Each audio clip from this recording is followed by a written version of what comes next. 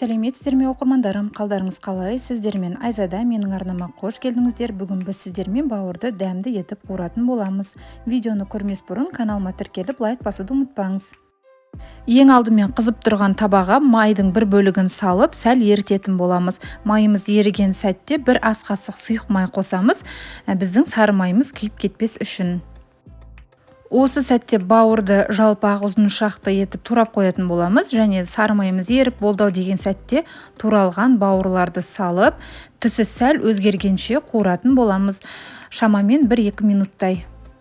Сары май көп болады деп ойламаңыздар, бауыр бізде құрғақ өнім болғандықтан майдың барлығын өзіне сорып, сочный болып шығады.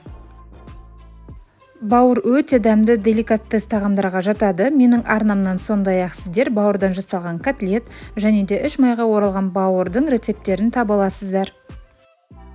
Мінекей, бауыр бізде сәл түсін өзгертті. Енді оның үстінен тұз салып, жақсылап араластырамын. Сіздер осы жерде қалауларыңызша кез келген дәмдеуіш түрлерін қоссаңыздар болады. Және де өздеріңізге ұнайтын көкөніс түрлерін де қосып жіберсеңіздер болады.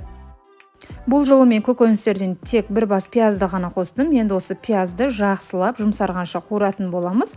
Сонымен біздің бауырымыз дайын болады. Мінекей, біздің тез дайындалатын дәмді әрі пайдалы болып шығатын тағамымыз дайын.